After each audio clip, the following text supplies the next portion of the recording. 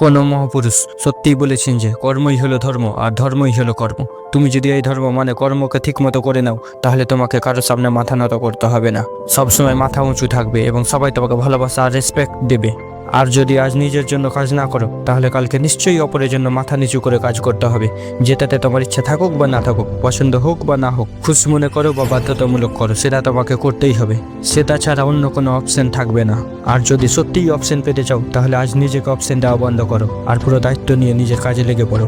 এটা ভেবো না যে কাল কি হবে, এটা ভাবো যদি আজ কাজ না করি তাহলে কালকে অবশ্যই কাঁদতে হবে।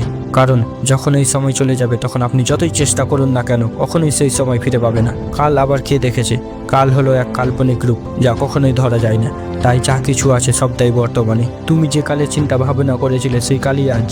হিন্দিতে একটা বিখ্যাত লাইন আছে, जिसने कहा कल बीत गया वो पल, जिसने कहा परसों बीत गया वो बरसों, जिसने कहा आज उसी ने किया राज। এই জন্যই আজকের দিনটাকে যে কোনো অবস্থায় এমনি যেতে দিও না, কারণ জীবনের পুরো হিসেব নিকেশ এই সময়েই রয়েছে। উপরওয়ালা তো আমাদের সবাইকে সমান বানিয়েছে, তাহলে কেন কেউ সবকিছু পেয়ে যায় আর কেউ খিদে মিটাবার জন্য খাবারটুকুও পায় না? কেউ না চেয়েও সবকিছু পায়, আবার কেউ চেয়েও কিছুই পায় না। কেন এমনটা হয় জানেন আপনি? চলো বলছি। কারণ সবকিছু পাওয়া ব্যক্তিটি প্রথমেই সেই সমস্ত গুরুত্বপূর্ণ কাজ সে নিজেই বা তার পরিবার আগেই করে নিয়েছে, যার মুনাফা তারা এখন অর্জন করছে। অপরদিকে তুমি কাজ না করার ভর্তুকি ভরেই চলেছ। আর ভবিষ্যতে যাতে এই ভর্তুকি তোমাকে না দিতে হয়, তার জন্য আজকের কাজ এখন থেকেই করতে স্টার্ট করে দাও, যাতে কালকে তুমিও সেই মুনাফা লাভ করতে পারো। নাম তৈরি হয় রিস্ক নিয়ে, এটা পুরো সত্য নয়। যদি হতো তাহলে সবাই রিস্ক নিয়ে নিজের নাম মানিয়ে নিত, কারণ নাম তৈরি হয় শুধুমাত্র ওয়ান অ্যান্ড অনলি হার্ডওয়ার্ক মানে কাম থেকে।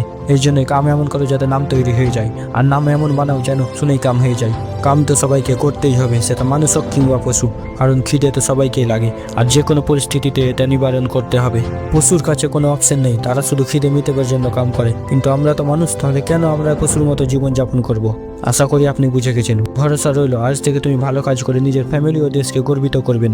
আর যদি লাইফে ভ্যালু অ্যাড করতে চাও, তাহলে চ্যানেলটি সাবস্ক্রাইব করে নিন।